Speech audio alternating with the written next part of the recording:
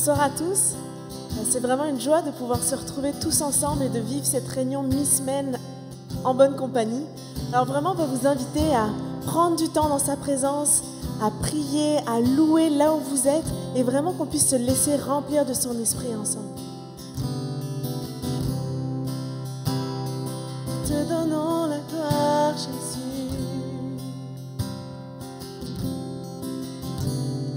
Oui, gloire à ton nom, gloire à ton merveilleux nom, Jésus.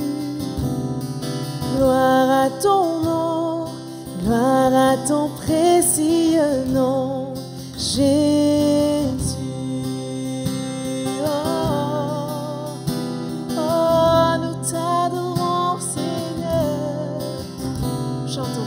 Gloire à ton nom, gloire à ton merveilleux nom, Jésus.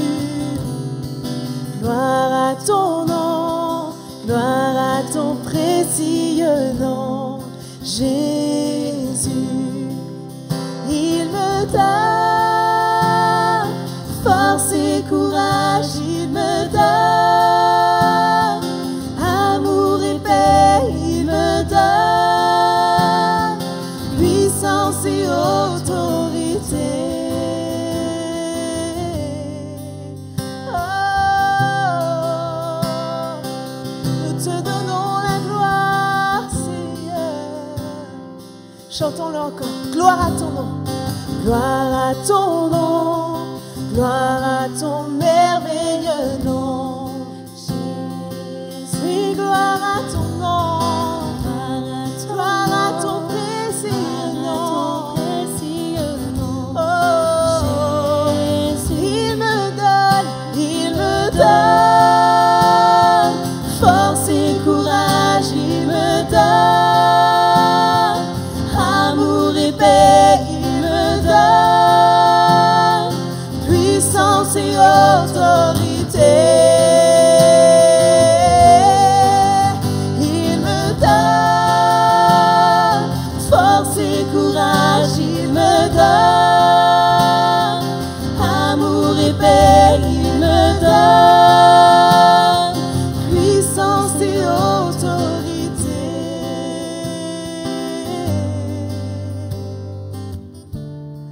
Oh, je peux toujours compter sur toi, Jésus. Plein désert, à chaque instant.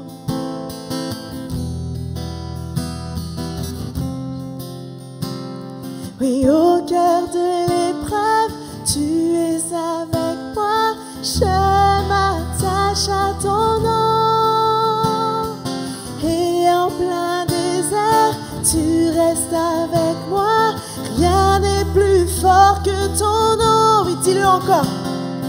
Au cœur de l'épreuve, tu es avec moi. Je m'attache à ton nom. Et en plein désert, tu restes avec moi. Rien n'est plus fort que ton nom. Tu me donnes force et courage, tu me donnes amour et paix, tu me donnes puissance et autorité. Encore, tu me donnes force et courage, tu me donnes amour et paix, tu me donnes puissance et autorité. Dernière fois. Gloire à ton nom, gloire à ton merveilleux nom, Jésus. Gloire à ton nom, gloire à ton précieux nom, Jésus. Et gloire à toi, Seigneur. T'élevons, Jésus. Nous te chantons, Jésus. Alléluia. Merci, mon Dieu. Alléluia, Jésus. veut se tourner vers toi ce soir, Jésus. On veut élever ton nom. On veut déclarer que tu es notre Sauveur, notre Seigneur. Celui en qui on trouve un sûr abri, un sûr refuge. Mon Jésus, mon Sauveur, rien n'est comparable à toi. Toute ma vie, je veux chanter les merveilles de ton amour.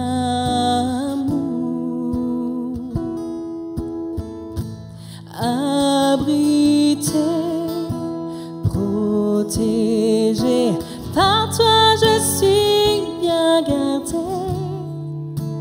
Que tout mon être, ce que je suis, ne cesse de t'adorer.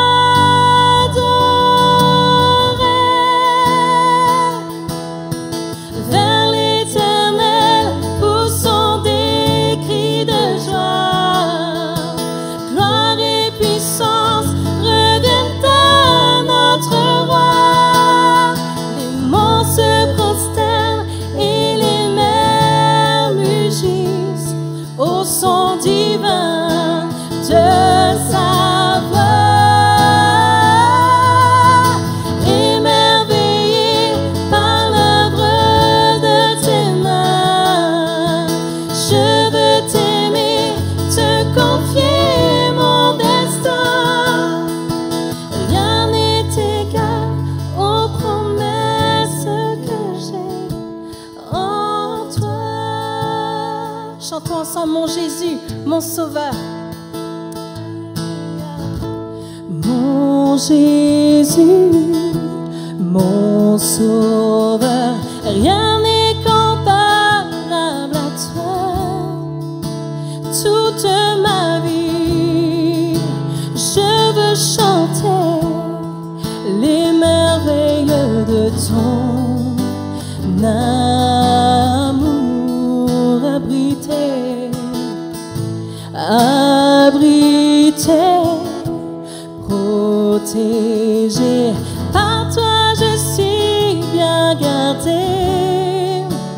Que tout mon être, ce que je suis, ne cesse de t'adorer.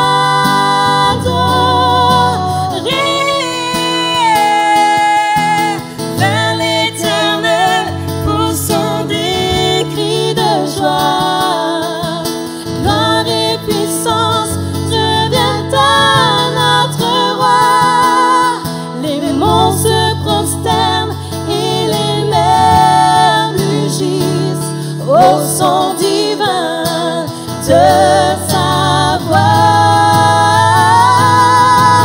Émerveillé par l'œuvre de tes mains, je veux t'aimer, te confier mon destin. Rien n'est égal aux promesses que j'ai. Non, rien n'est égal. Rien n'est égal aux promesses que j'ai. Non, rien n'est égal aux promesses que j'ai en toi.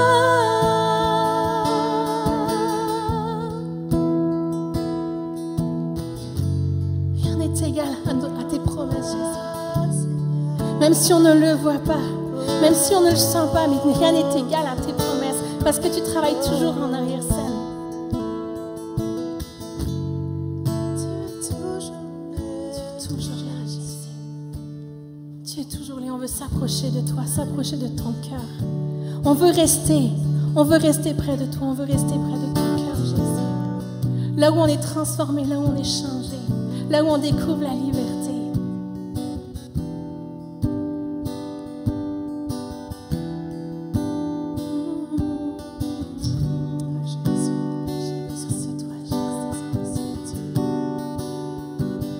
J'ai besoin de toi.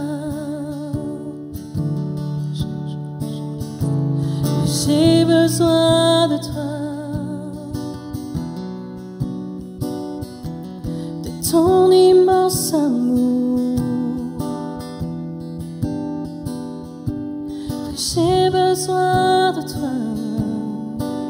rester. Je resterai là. Je resterai là. Là où j'ai vu ta face. Je resterai là. Je veux rester tout près de toi. Je veux rester près de ton cœur. Rien n'égale ton amour. Rien n'égale ton amour. Chante encore, je veux rester. Je veux rester tout près de toi. Je veux rester près de ton cœur. Rien n'égale ton amour. Rien n'égale ton amour. Prenons un temps pour le contempler. Dans tes propres mots, avec tout ton cœur, déverse ton cœur devant lui. Dis-lui à quel point tu l'aimes, à quel point il est important pour toi. Pas pour lui demander qui exauce nos prières, mais juste pour être proche de lui, juste pour le contempler.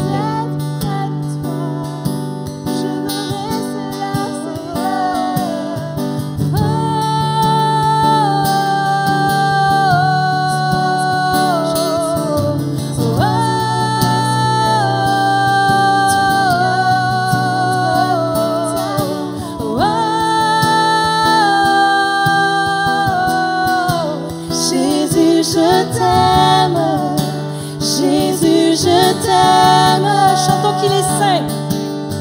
Saint, saint, saint, tu es saint, saint, saint, tu es saint, saint, saint. Jésus, je t'aime, Jésus, je t'aime, chantons.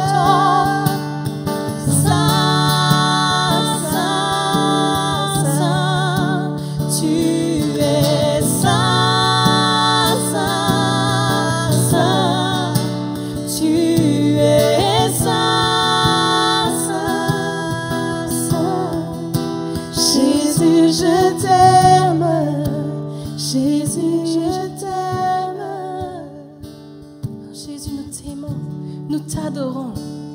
Nous sommes prosternés devant toi pour te donner toute la gloire. La gloire à notre Sauveur, la gloire à notre Jésus. Ce soir, reçois toute l'adoration de nos cœurs, toute notre louange, Jésus. Amen. Jésus, je t'aime.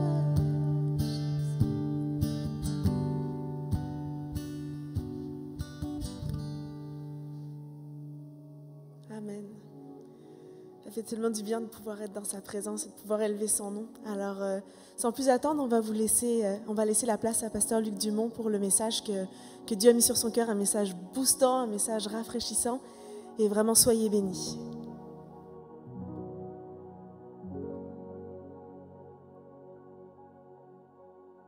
Bonsoir et bienvenue à notre réunion de mi-semaine. Aujourd'hui, on va parler de quelque chose de très, très, très intéressant. On va parler de comment devenir une personne inoubliable.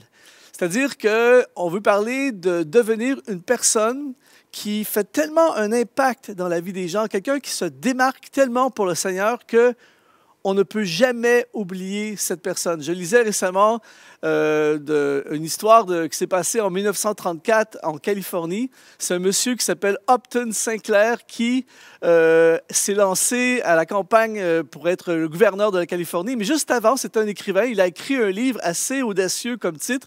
Il a écrit « Moi, gouverneur de la Californie, comment j'ai enrayé la pauvreté ». Il n'avait rien fait encore. Et le livre a été un succès. mais sa campagne électorale a été un échec monumental et on n'a plus jamais entendu parler de cet homme, tout simplement parce qu'il a annoncé quelque chose avant même de le faire. Et aujourd'hui, je veux te parler de complètement le contraire. Je veux te parler d'un personnage de la parole de Dieu qui s'appelle Barnabas, un homme exceptionnel qui a été et qui est inoubliable. On va regarder ensemble aujourd'hui comment nous aussi, comme Barnabas, on peut devenir pas quelqu'un d'oubliable, mais de quelqu'un d'inoubliable. Et j'aimerais lire avec toi dans le livre des Actes, au chapitre 4, au verset 36 et 37. Il est écrit « Joseph, surnommé par les apôtres Barnabas, ce qui signifie fils d'exhortation, originaire de Chypre, vendit un champ qu'il possédait, apporta l'argent et le déposa aux pieds des apôtres. » C'est la première entrée en scène de Barnabas dans tout le Nouveau Testament.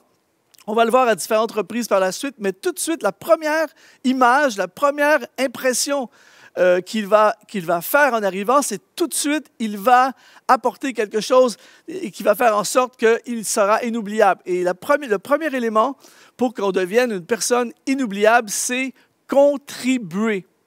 Barnabas, si tu ne le sais pas, c'était un prédicateur très, très influent. C'était un homme de Dieu extraordinaire, mais quand il arrive, la première chose qu'il fait, il aurait pu arriver en disant je suis un prédicateur, j'aimerais prêcher, je veux faire ci, je veux faire ça.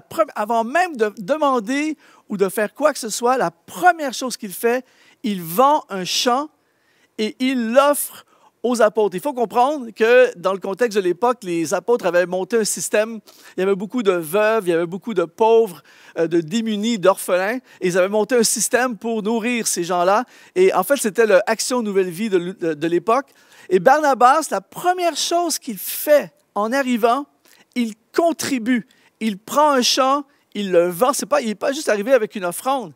C'est encore plus. Il a littéralement vendu un champ qu'il a ensuite offert la somme pour que les apôtres puissent utiliser cet argent pour justement régler, solutionner le problème de plusieurs personnes qui étaient dans la pauvreté. Et ce qui est intéressant, c'est que quand on étudie le contexte biblique, on s'aperçoit que le champ, c'était comme l'équivalent aujourd'hui d'un business. C'est-à-dire que quand on lit l'Ancien Testament, dans les Proverbes, par exemple, Salomon dit « Celui qui cultive son champ sera rassasié de pain. » Ton champ, c'était ton gagne-pain, c'était comme ta business. Et Barnabas, il va littéralement vendre son champ, il prend les profits de son champ et il va contribuer. Quelqu'un qui fait quelque chose comme ça, inévitablement, tu ne peux pas l'oublier. Et je lisais à un moment donné quelqu'un qui disait « L'histoire ne se rappelle pas des gens qui ont fait des choses pour eux-mêmes. L'histoire se rappelle des gens qui ont fait des choses pour les autres, des gens qui ont contribué. » Et c'est ça qui est extrêmement intéressant et puissant pour toi et moi dans cette histoire. Si nous voulons devenir quelqu'un d'inoubliable, eh bien, passons en mode contribution. J'ai rencontré au fil des ans plein de personnes comme ça qui arrivent dans une église ou dans une communauté à quelque part, et la première chose qu'ils font, au lieu de penser en termes « qu'est-ce que je vais pouvoir soutirer de cette église? Qu'est-ce que je vais pouvoir prendre de cette église? » Ils arrivent et « qu'est-ce que je peux apporter à cette église? » Et la question que je te pose et que je me pose aujourd'hui, qu'est-ce qui arriverait si à partir d'aujourd'hui, je voyais mon église non pas pour ce qu'elle peut m'apporter, mais pour ce que je peux lui apporter? Qu'est-ce qui arriverait si aujourd'hui, à mon travail, dans mon environnement, là où je suis, au lieu d'être en mode prendre, je passe en mode contribution? Et inévitablement, tu vas devenir quelqu'un d'inoubliable. Et Barnabas, ce qui est vraiment intéressant, c'est que son nom, en fait, son vrai nom, c'est Joseph. Mais il était tellement exceptionnel, tellement une bénédiction, tellement quelqu'un qui se démarquait, qu'ils l'ont appelé Barnabas, qui veut dire « celui qui encourage ». Mais Barnabas n'était pas seulement un encouragement en parole en disant « ça va bien aller, tout est merveilleux, tu es super ». Non, c'était quelqu'un qui, par ses gestes, ses actions, sa contribution, a fait qu'il était un encouragement. Et ce que cette société a besoin, ce que ton Église a besoin, ce que les gens autour de nous ont besoin, c'est de personnes qui, par leur vie, par leurs actions, par leurs encouragements, deviennent des contributions dans nos vies, des contributions dans leur Église. Et Barnabas a été inoubliable. La preuve, c'est que nous parlons de lui des milliers d'années plus tard. Nous parlons de lui comme si ça s'était passé hier. Pourquoi? Parce qu'il était dans le concret. Il a vendu un champ, il a vendu un investissement et il l'a donné aux pieds des apôtres. Et tout de suite, il a tout de suite mis un standard, en fait. Il a mis un standard, je suis ici pour apporter. Je suis ici pour contribuer. Et sa contribution a littéralement participé à l'expansion de l'œuvre auprès des démunis de l'époque et de la société, mais également, ça a propulsé littéralement son ministère au milieu d'un réveil. Et quand je lis cette histoire, je pense à toutes ces personnes dans ma vie que j'ai rencontrées qui m'ont tellement inspiré à la contribution. Par exemple, je me souviens au début de mon ministère, quand j'ai commencé, je me souviens, j'étais en train de conduire la louange et j'avais une guitare littéralement pourrie. C'était un truc que j'avais acheté pour quelques dollars. Et je suis en train de conduire la louange et il y a des moments comme ça inoubliables. À la fin de la réunion, il y a un monsieur qui vient me voir et puis il m'amène, il dit « Luc, j'ai quelque chose à te montrer. » Il m'amène dans la salle de prière, juste à côté de l'estrade. Et il ouvre un caisse de guitare. Il y avait une guitare neuve qui était là. Puis il m'a dit « Luc, je crois dans ce que tu fais. Je crois que ta musique va aller très loin et j'aimerais contribuer dans ton ministère. » Eh bien, ça fait des années de ça et je m'en souviens comme si c'était hier. Cet homme a fait quelque chose dans ma vie d'inoubliable. Et jusqu'à la fin de mon ministère, jusqu'à la fin de ma vie, je n'oublierai jamais cette action de contribution. Ça m'a tellement inspiré qu'un jour, j'ai décidé de faire la même chose moi-même pour quelqu'un d'autre. Sa contribution, non seulement m'a permis avec cette guitare-là, j'ai composé plein de chants qui ont voyagé dans le monde, mais en plus, sa contribution est devenue un modèle pour moi aussi, devenir quelqu'un qui contribue. Alors, si tu veux, toi aussi, devenir quelqu'un d'inoubliable, inspire-toi de Barnabas et passe en mode contribution. Et passer en mode contribution, ça ne veut pas dire quand tout est parfait, quand tout sera excellent dans ma vie, quand j'aurai atteint tous mes objectifs, là, je passerai en mode contribution. Non. Aujourd'hui, là où tu es, avec ce que tu as, avec ton champ. C'est-à-dire que ton champ, ce n'est pas nécessairement des finances, mais ton champ, c'est quelque chose que Dieu t'a confié et avec ça, tu le prends et tu contribues là où il y a un besoin, là où Dieu ouvre une porte pour toi, et je peux t'assurer de ceci, ta vie va passer en mode contribution. Deuxième élément pour devenir une personne inoubliable, c'est être disponible. Dans le livre des Actes, au chapitre 11, au verset 22, on voit ici, le bruit en parvint aux oreilles des membres de l'Église de Jérusalem, et ils envoyèrent Barnabas jusqu'à Antioche. Et lorsqu'il fut arrivé et qu'il vit la grâce de Dieu, il s'en réjouit et les exhorta tous à rester d'un cœur attaché au Seigneur, car c'était un homme de bien, plein d'Esprit Saint et de foi, et une foule assez nombreuse se joignit au Seigneur. Là, Barnabas, il se dépasse. C'est-à-dire qu'il faut comprendre que ça se passe dans une époque de réveil.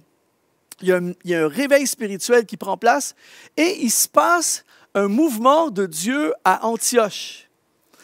Barnabas est dans le confort de son église à Jérusalem, une église établie, une église où tout va bien, il y a des ministères, il est en sécurité, il est confortable. Et là, il y a un besoin à Antioche et tout de suite, ils vont demander à Barnabas, « Voudrais-tu aller t'occuper de l'œuvre qui prend place à Antioche? » Barnabas, sans hésiter, a tout de suite pris sa vie et il est allé participer il s'est rendu disponible, pas pour ce que lui avait envie de faire. Il s'est rendu disponible pour ce que Dieu voulait faire. Et ça, c'est une marque des gens qui sont inoubliables. Barnabas n'est pas en mode « moi, mes projets, ce que j'ai envie de faire ». Il est en mode « Seigneur, que veux-tu que je fasse ?» Je pense à l'apôtre Paul, qui était énormément Saul de Tarse, qui était énormément en mode « moi, mes projets ». Et il était à fond au point qu'il en était venu à persécuter l'Église. Mais ce qui est intéressant, c'est que lorsqu'il a eu son face-à-face avec Jésus sur le chemin de Damas, la première chose qu'il va dire, c'est « Seigneur, que veux-tu que je fasse? » Et ce que Dieu cherche en ce moment, ce sont des gens disponibles. Barnabas, il se rend à Antioche. Ça n'a rien à voir avec Jérusalem, c'est nouveau, c'est le défrichage, c'est plein de nouveaux défis, mais il y a une œuvre de Dieu qui prend place, il y a des besoins énormes, et Barnabas, qui, encore une fois, a un super ministère, aurait pu dire, je reste à Jérusalem, je suis établi à Jérusalem, je suis bien à Jérusalem. Non, il n'était pas en mode ce qui est le mieux pour moi. Il était en mode besoin, contribution, comme on l'a vu, et en mode disponible. Je suis disponible pour ce que Dieu veut que je fasse. Et j'ai remarqué une chose, après toutes mes années à servir le Seigneur dans le ministère, j'ai remarqué que les personnes qui sont disponibles pour l'agenda de Dieu et non pas leur propre agenda, j'ai remarqué qu'il y a une bénédiction spéciale sur leur vie. Les personnes qui disent non pas ce que je veux, mais ce que tu veux, Seigneur, il y a quelque chose qui prend place. Et je suis sûr que pour les gens de l'Église d'Antioche, cet homme, Barnabas, qui arrive avec tous ses dons, qui aurait pu être dans un contexte beaucoup plus facile qu'Antioche, est devenu inoubliable. Pourquoi? Parce qu'il était disponible pour faire la chose, écoute bien ceci, il était disponible pour faire la chose que Dieu voulait faire à ce moment. Vous savez, souvent, moi, j'ai mes projets, j'ai une liste, en fait, ma liste de projets, elle est infinie. Il y a plein de choses que j'ai envie de faire aujourd'hui. Il y a plein de choses que j'ai envie de faire cette année. Mais la grande question qu'on doit se poser, c'est qu'est-ce que Dieu veut faire aujourd'hui et qu'est-ce que Dieu veut faire cette année et comment il veut me prendre, m'utiliser pour faire ce que lui veut faire. Et si tu veux vraiment que ta vie se démarque, si tu veux faire partie de ces Barnabas, des gens inoubliables, eh bien, à partir d'aujourd'hui, fais cette prière. Seigneur, que veux-tu que je fasse? Que veux-tu que je fasse cette année? Où veux-tu que je sois? J'ai mes plans, j'ai mes projets, j'ai mes rêves personnels, mais toi, Seigneur, que veux-tu que je fasse? Récemment, j'étais en contact avec un ami que je connais maintenant depuis plusieurs années. Il s'appelle Brandon White, un gars extraordinaire qui est maintenant le pasteur de Hillsong à Paris. Et ce qui est vraiment intéressant dans l'histoire de Brandon et qui m'inspire énormément, c'est que j'ai rarement vu dans ma vie, dans le ministère, j'ai rarement vu quelqu'un d'aussi disponible pour ce que Dieu veut faire. Il faut comprendre qu'il y a plusieurs années, il était pasteur de la jeunesse à Hillsong en Australie, à Sydney en Australie. Et je peux imaginer la vie, la plage, les vagues, le surf, la vie en Australie. Et à un moment donné, son pasteur lui a dit, ils ont besoin de quelqu'un à Londres, en Angleterre, pour s'occuper des groupes maisons. Sans hésiter, Brandon s'est rendu disponible. Il a quitté le confort, sa vie, ce qu'il connaissait là-bas en Australie. Il est parti sous la pluie à Londres. Et pendant plusieurs années, il a servi là-bas en s'occupant des groupes maisons. Son épouse, qui est partiellement française, son pasteur lui a dit « On aimerait que tu ailles partir quelque chose à Paris. » À ce moment-là, il ne parlait pas français. Il est à Londres. Tout de suite, sans hésiter, c'est bon, on y va. Il part. Et à partir de zéro, il a démarré quelque chose au centre-ville à Paris, une église qui aujourd'hui représente des milliers de personnes et plusieurs autres campus et plusieurs autres églises. Il y a beaucoup de gens qui arriveraient dans la saison d'aujourd'hui et qui diraient « J'aimerais avoir moi aussi un ministère comme Brandon White ». Mais ce qu'ils ne savent pas, c'est que depuis le début, ce qui l'a amené là où il est aujourd'hui, c'est sa disponibilité. Je suis disponible non pas pour ce que moi je veux faire, mais je suis disponible pour ce que Dieu veut faire. Et j'aimerais te proposer aujourd'hui de changer ta façon de piloter ta vie, de changer ta façon de prendre tes décisions. Tu peux faire la liste des choses que tu as envie de faire et souvent ces choses-là viennent de Dieu. Mais à la fin, présente tes projets à Dieu et demande-lui, Seigneur, qu'est-ce que tu veux vraiment que je fasse? Et je veux te lancer un défi. Attention, c'est un défi entre guillemets, très dangereux pour ceux qui le font dangereux, mais c'est très positif. C'est de dire, OK, Seigneur, j'ai mes plans, mais maintenant, je suis disponible. Je me rends disponible cette année pour faire ce que tu voudrais faire. S'il y a des choses que je ne fais pas en ce moment, mais que tu veux que je fasse, je me rends disponible. Je crois qu'il y a des Antioches où Dieu t'appelle. Et quand je parle d'Antioche, je ne parle pas nécessairement d'une ville, mais ce sont des territoires spirituels, des géographies parfois, ou des endroits, ça peut être un département même dans l'Église, peu importe, mais il y a une place où Dieu veut que j'intervienne. Et il a simplement besoin de quelqu'un de disponible. Je dis souvent, je l'ai dit souvent au fil des ans, il y a plein de choses en ce moment dans l'Église. Et quand je parle dans l'Église, je parle dans l'Église en général. Je ne parle pas nécessairement uniquement de l'Église Nouvelle Vie. Mais il y a plein de choses dans l'Église qui n'arrivent pas en ce moment. Il y a plein de choses qui n'existent pas en ce moment dans l'Église, pas parce que Dieu ne veut pas le faire, mais parce qu'il n'y a pas encore de personnes disponibles pour le faire. Et je crois que si chacun d'entre nous, à partir d'aujourd'hui, on disait « Seigneur, je me rends disponible », je peux t'assurer qu'il y a des choses qui viendraient à l'existence, des choses qu'on ne connaît pas qui viendraient à l'existence. L'Église d'Antioche est devenue une église, en fait, l'Église d'Antioche est devenue une église phare, est devenue une église de méga impact de l'époque. Pourquoi? Parce qu'un gars du nom de Barnabas, un homme inoubliable qui est allé et qui s'est rendu disponible. Le troisième élément qui va faire de toi et moi quelqu'un d'inoubliable, c'est aider quelqu'un à réussir. Dans Actes chapitre 11, au verset 25 et 26, Barnabas se rendit ensuite à Tarse pour chercher Saul. Et l'ayant trouvé, il l'amena à Antioche pendant toute une année. Ils se réunirent aux assemblées de l'Église, ils enseignèrent beaucoup de personnes. Ce fut à Antioche, imagine, ce fut à Antioche que pour la première fois, les disciples furent appelés des chrétiens. Barnabas m'inspire. C'est quelqu'un qui n'est pas en mode « je veux être la vedette », je veux être la star, je veux réussir à tout prix. Barnabas est quelqu'un qui est en mode « je veux aider les autres à réussir ». Et ça fait quelqu'un d'inoubliable. Il faut comprendre qu'il y a un réveil qui prend place à Antioche. Barnabas voit tous les besoins. Et là, attention, il aurait pu dire « je veux devenir, voici une opportunité pour que je devienne le king d'Antioche ». Il y a tellement de choses qui se passent. Il a certainement vu, il a vu stratégiquement, cet endroit est un endroit stratégique. C'est la meilleure place pour me faire un nom. Je reste ici. Il y a plein de besoins que je ne suis pas capable moi-même de répondre, mais ce n'est pas grave. C'est moi qui va devenir la star d'Antioche. À la place, il se dit, il y a un gars qui s'appelle Saul de Tarse, qui est un érudit de la parole, qui est très controversé parce qu'il était un persécuteur des chrétiens. Il se convertit du jour au lendemain, mais les gens ne croient pas qu'il est vraiment converti. Et là, il est oublié dans l'ombre à Tarse. Et là, Barnabas va faire un truc que ce n'est pas tout le monde qui ferait. Il a littéralement mis son ego de côté et il s'est dit, ce gars-là a un potentiel supérieur au mien. Ce gars-là a un potentiel pour me dépasser. Je vais aller le chercher parce qu'il a pensé en mode, cette église d'Antioche a besoin de ce gars-là.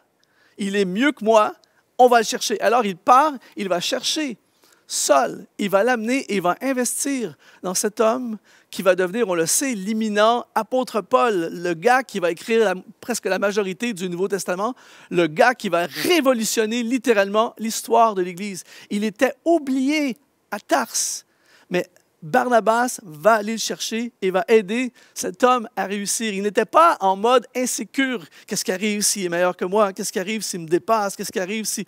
Non. Barnabas, tout ce qui compte pour lui, c'est contribuer, être disponible et aider le plus de monde à réussir. Il veut que l'Église d'Antioche réussisse et il sait que l'Église d'Antioche, dans cette saison, a besoin de Paul pour réussir. Il veut aider Paul à réussir. Son but, c'est que les autres, le plus grand nombre possible, puissent réussir. Alors, il met sa fierté de côté, il met même sa réputation en danger parce que ce gars-là est controversé. Saul de Tarse est controversé. Est-il vraiment un vrai chrétien? Est-il vraiment converti? Alors, il a vu le potentiel dans cet homme et il s'est dit, il faut absolument qu'on établisse, qu'on positionne cet homme pour qu'il puisse entrer dans le plan de Dieu pour sa vie et qu'il devienne tout ce qu'il est appelé à faire. Au chapitre 13, au verset 1, ça dit, il y avait dans l'église d'Antioche des prophètes, des docteurs, Barnabas, Siméon appelé Nigé, Lucius de Cyrène, Manahan qui avait été élevé avec Hérode de Tyrtaque et Saul. Écoute bien ceci, c'est fort. Là, Barnabas est en avant-scène. Saul est complètement oublié, le dernier dans la liste. Moi, j'ai déjà vécu ça dans des événements où il y a un événement avec plusieurs invités, concerts, tout ça. Et là, tu as les gros noms avec la grosse photo. Tu sais, tu as tel artiste, tel artiste, tel artiste. Puis à la fin, tu as Luc Dumont en très, très petit à la fin, tu sais, comme un oublié. On l'a mis juste parce qu'il restait un peu de place sur l'affiche. C'est un peu ce qui se passe avec Saul. Il est complètement inconnu à ce moment-là et il n'est pas à l'avant-scène. Mais ce qui est fou dans cette histoire, c'est que dans la suite des temps, le scénario va changer. Au début, on disait Barnabas et Saul. Et plus tard, l'étudiant va devenir plus grand que le maître. On va dire Paul et Barnabas. Si tu lis dans Actes chapitre 13 au verset 49, il est écrit « La parole du Seigneur se répandait dans tout le pays, mais les Juifs excitèrent les femmes de distinction et les principaux de la ville. Ils provoquèrent une persécution contre Paul et Barnabas, et ils les chassèrent de leur territoire. Paul et Barnabas secouèrent contre eux la poussière de leurs pieds, ils allèrent à Icône. » C'est fort quand même. C'est un truc qu'on ne voit pas souvent. En général, les Barnabas vont aller aider d'autres à réussir, mais jusqu'à une certaine limite. Mais dans le cas qui nous concerne ici, tout a été renversé. C'est-à-dire que Barnabas passe de plus en plus dans l'ombre et c'est Paul qui prend l'avant-scène. Et dans la suite des temps, on verra presque plus Barnabas. Mais Barnabas, ça ne le dérange pas. Son objectif, c'est d'aider les autres à réussir. Et je ne sais pas pour toi, mais moi, si dans ma liste de personnes que j'ai influencées dans ma vie, il y avait un Paul, je serais extrêmement fier de dire c'est moi qui a vu le potentiel de Paul, c'est moi qui est allé le chercher et j'ai investi en lui. Regarde ce qu'il est devenu aujourd'hui. Imagine si chacun d'entre nous, on avait cette attitude. Il y a autour de toi et moi, à chaque jour, il y a dans ton église, il y a dans nos églises, il y a des Pauls. En fait, ils sont encore en mode Saul. Et Dieu appelle des gens à commencer à voir. Le problème, c'est que nous voyons nous. Nous voyons nos carrières, nous voyons nos ministères, mon ministère, moi. Et on est tellement concentré, on dépense tellement d'énergie à vouloir se faire un nom. On dépense tellement d'énergie à vouloir faire avancer notre propre agenda qu'on laisse autour de nous plein de Saul. Mais je crois que toi et moi, on va, par la grâce de Dieu, on va être différents et on va devenir des Barnabas, des gens qui vont voir le potentiel et qui vont devenir inoubliables. Écoute bien ceci. Barnabas n'est pas en compétition avec Paul. Il est une solution pour Paul. Et Dieu t'appelle et m'appelle à devenir une solution pour les gens autour de nous. Ne sois plus celui qui écrase, ne te sens pas menacé par les autres autour de toi. À la place, demande à Dieu de te révéler leur potentiel. Comment je peux aider quelqu'un? Et ce n'est pas uniquement dans l'Église, ça peut être à ton travail, ça peut être dans ta famille, ça peut être des gens dans ton entourage. Qu'est-ce que je pourrais faire avec ma vie pour aider des Pauls à émerger? Comment je pourrais aider des gens à s'élever, à contribuer dans leur vie et qu'ils deviennent tout ce que Dieu les appelle à devenir? Et là, dans le texte, ce n'est pas fini. Ça continue. Écoute bien ceci, c'est très, très puissant. C'est-à-dire que Paul, qui a été propulsé grâce à Barnabas, va lui-même oublier ce que Barnabas a fait pour lui. Dans Actes chapitre 15, verset 35, Paul et Barnabas demeurèrent à Antioche, enseignant et annonçant avec plusieurs autres la bonne nouvelle de la parole du Seigneur. Quelques jours s'écoulèrent, après lesquels Paul dit à Barnabas, c'est Paul maintenant qui donne les instructions, Paul dit à Barnabas, « Retournons visiter les frères dans toutes les villes où nous avons annoncé la parole du Seigneur pour voir dans quel état ils sont. » Barnabas voulait emmener aussi Jean surnommé Marc. Écoute bien ceci. Mais Paul jugea plus convenable de ne pas prendre avec eux celui qui les avait quittés depuis la Pamphylie et qui ne les avait pas accompagnés dans leur œuvre. Ce dissentiment fut assez vif pour être cause qu'ils se séparèrent l'un de l'autre et Barnabas, prenant Marc avec lui, s'embarqua pour l'île de Chypre. Là c'est le comble. C'est-à-dire que Paul veut partir visiter les églises et Barnabas, qui est celui qui veut faire réussir les autres. Là, Barnabas, s'il est égocentrique est centré sur lui-même. Il dit, moi, je me colle sur Paul. La vague est du côté de Paul. Si Paul est populaire en ce moment, si je veux aller là où il y a des foules, je vais là où est Paul. Si je veux aller là où il y a de l'action, je vais là où est Paul. Si je veux être populaire et que tout le monde parle de moi, je me colle à Paul. Mais lui, il est en mode aider les autres à réussir. Et il a vu le potentiel dans Jean-Marc. Le problème, c'est qu'il est arrivé quelque chose, on n'a pas les détails, mais il est arrivé quelque chose à un moment donné où Jean-Marc a déçu Paul. Et Paul, qui a déjà oublié à quel point lui aussi vient de loin et que Barnabas, en criant lui, qui dit non, on n'a pas besoin de lui, on ne l'amène pas, ça ne marchera pas, blablabla. Bla, bla, bla. Et Barnabas est tellement en mode aider les autres à réussir qu'il va laisser de côté d'aller à l'endroit où il y aura l'action et il va partir dans l'ombre avec Jean-Marc dans le but d'aider Jean-Marc à réussir.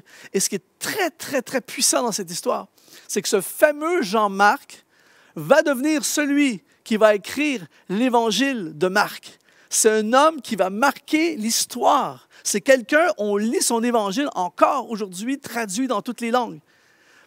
Barnabas a vu quelque chose dans cet homme. Il a accepté de créer un froid, même avec Paul, et de partir du soleil pour aller dans l'ombre avec Jean-Marc, pour investir dans quelqu'un qui lui aussi va réussir. Et ce qui est vraiment fou dans cette histoire, c'est que quand tu lis 2 Timothée chapitre 4, verset 11, l'apôtre Paul, soudainement, plus tard, change d'opinion.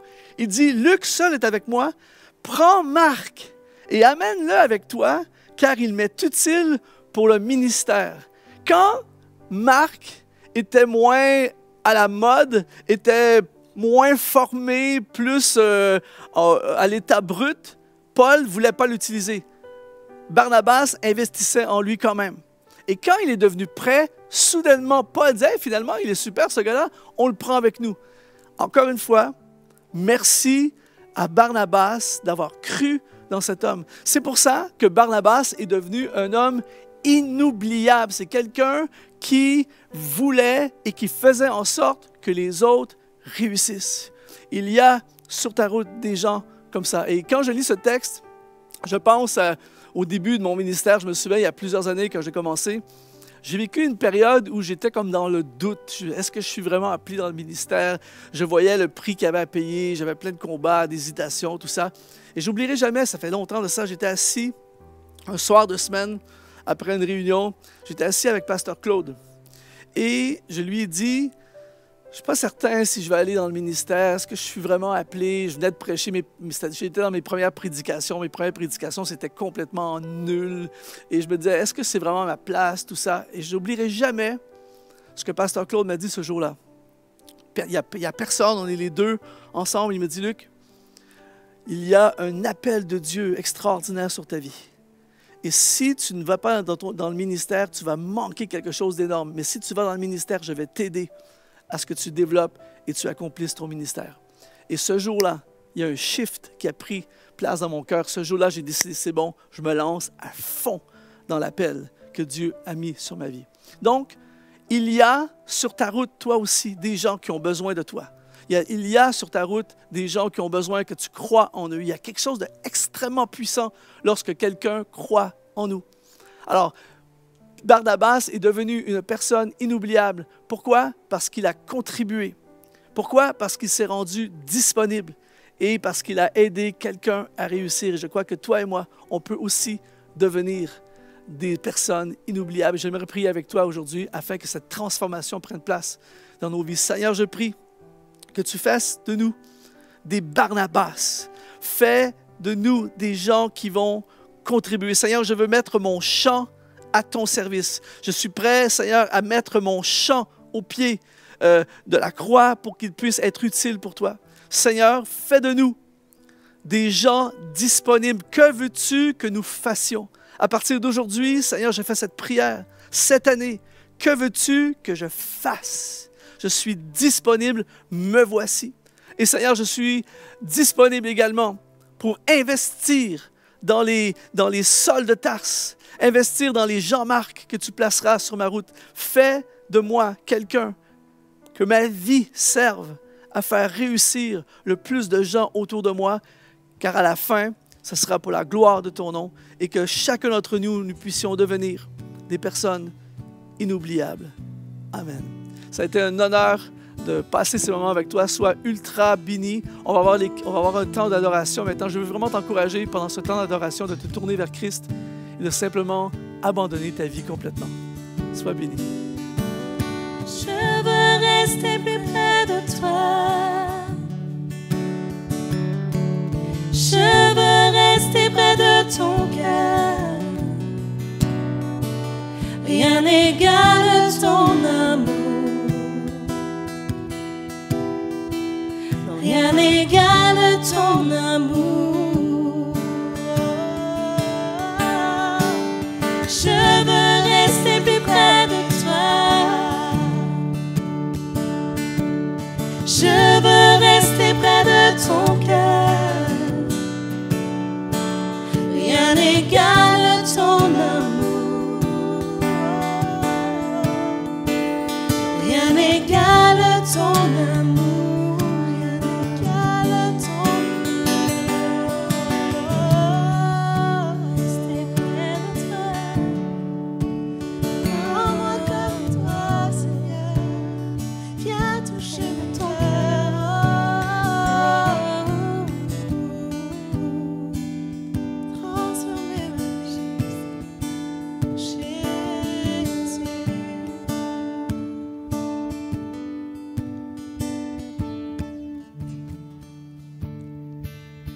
Merci d'avoir été avec nous. Merci d'avoir regardé cette réunion mi-semaine. Et on vous donne rendez-vous dimanche à 9h et à 11h30 sur nos 3 plateformes.